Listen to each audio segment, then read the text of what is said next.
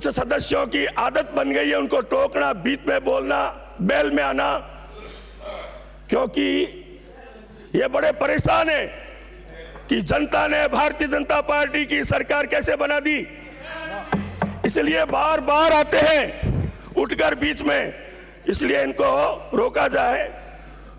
मैं पहले बार जीत के आया हूं और वो भी इनके एक भारी भरकम मंत्री जिनके परिवार के लोगों ने वहां गुंडागर्दी कर रखी थी, नशे, जो अवैध नशा बेचे उनका पक्ष ले रहे थे, उनके परिवार और उनके कार्यकर्ता भूमाफिया बने हुए थे। जनता ने उनको हराया 20,000 प्लस वोटों से और उनको बाहर किया।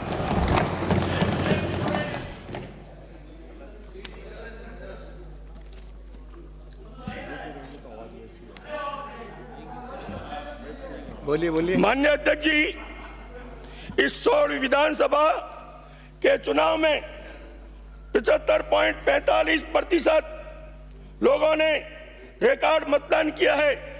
इस कीर्तिमान और परिपक्व लोकतंत्र की अब निशानी है तथा संसदीय लोकतंत्र को मजबूत करने का एक अनुपम कार्य है। माननीय अशोक जी गहलोत के नेतृत्व में कांग्रेस ने लोकतंत्र की हत्या करने का पूरा प्रयास किया और जनता को लोभ दिया, जनता के पैसे को लुटाया और यहां तक कि निःशुल्क मोबाइल देना। मेरे क्षेत्र में एक महिला के पास एक कांग्रेस कार्यकर्ता गया, उसको कहा कि कांग्रेस ने आपको मोबाइल दिया इसलिए वोट तो दे दो। तो महिला ने कहा ये मोबाइल ले जाओ, वोट नहीं देंगे, इसलिए जनता इनके लोभ में नहीं आई। गुंडागर्दी का एक विशेष उदाहरण, चुनाव के समय में इस कांग्रेस के कार्यकर्ता ने, जो कि सरकार की तरफ से ही था, चुनाव के उसमें था कि कोई भी गाड़ी बिना नंबर की जाती उसको चेक किया जाए। जब चेक करने लगे थानेदार जी, उसमें से 2 कार्यकर्ता उतरे और उस थानेदार के थप्पड़ लगा दी। माननीय मंत्री जी जो थे पूर्व, कल्ला जी, उन्होंने उसको कहा हमारे कार्यकर्ता हैं इसलिए मुकदमा दर्ज नहीं करवाना।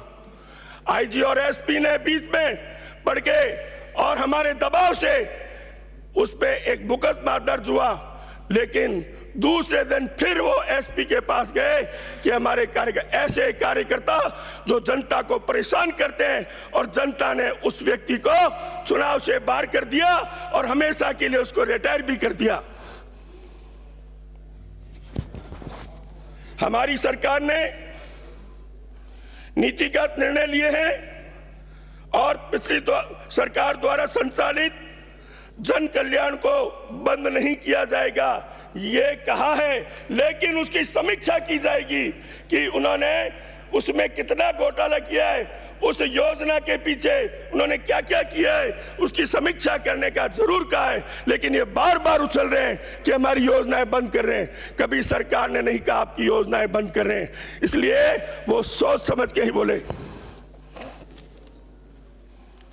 विगत कांग्रेस सरकार ने 5 साल में राजस्थान को सबसे ज्यादा कर्जदार श्रेणी में ला दिया है। भारत के नियंत्रक तथा महालेखा परीक्षक प्रतिवेदन वित्त लेखे वर्ष 2018-19 के अनुसार 31 मार्च 2019 को राज्य का 3,11,374 करोड़ रुपए का ऋण भार था, जो प्रति व्यक्ति 40,300 रुपए था। बजट अनुमान 2023-24 के अनुसार 31 मार्च 2024 को राज्य भर 5,79,781 करोड़ रुपए का अनुमान है, जो प्रति व्यक्ति ऋण भार बढ़कर 70,800 रुपए होने का अनुमान है। यह जो बड़ा कर्ज है वो इस कांग्रेस ने ऋण लेके और उस ऋण को लूटा, जनता के बीच में नहीं दिया। यह प्रति व्यक्ति पर भार जो है उनकी लूट के कारण हुआ। हमारे यशस्वी मुख्यमंत्री जी जब बीकानेर आए और अधिकारियों की बैठक ली तो वहां भी एक बहुत बड़ा घोटाला सामने आया। वहां इनकी सरकार की निराशा सामने आई कि उन्होंने जब जानकारी की तो पता चला कि 2000 समाप्त करें। मैं पहली बार बोल रहा हूं, मुझे 2 मिनट और दीजिए। 8 मिनट हो गए। पहले बार बोल रहा हूं, 2 मिनट और दीजिए। 1 मिनट में समाप्त करिए। तब वो वहां आए तो पूछा जेजेएम में कितने रुपए 2019 में आपको मिला, तो 2070 करोड़ रुपए मिला।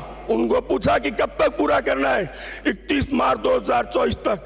जब उनको पूछा कि कितना खर्च किया तो 400 करोड़ रुपए। पूछा क्यों नहीं किया, उनके पास जवाब नहीं था, क्योंकि वहां के स्थानीय जो मंत्री जी थे उनका दबाव था और उन्होंने 400 करोड़ रुपए भी अपने परिवार के, अपने भतीजे और कांग्रेस के भ्रष्ट कार्यकर्ताओं के उनकी योजना से खर्च किया है उन्होंने।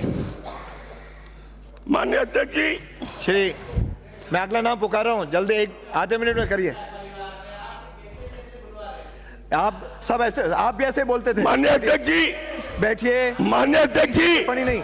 अरे आप माननीय अध्यक्ष जी, बैठिए। मैं बताना चाहता हूं, जल्दी समाप्त करिए। हाँ अभी 1 सेकंड। माननीय अध्यक्ष जी, मैं बताना चाहता हूं, उनको समाप्त करने दें, आपकी सुनेंगे। अपने वोट के लालच में एक धर्म विशेष को इन्होंने चुनाव से 3 महीने पहले जमीनें जो अलॉट की है वो सब कैंसिल होनी चाहिए। ये मुख्यमंत्री जी से और कहना चाहता हूँ, ये जो और कहते हैं कि ये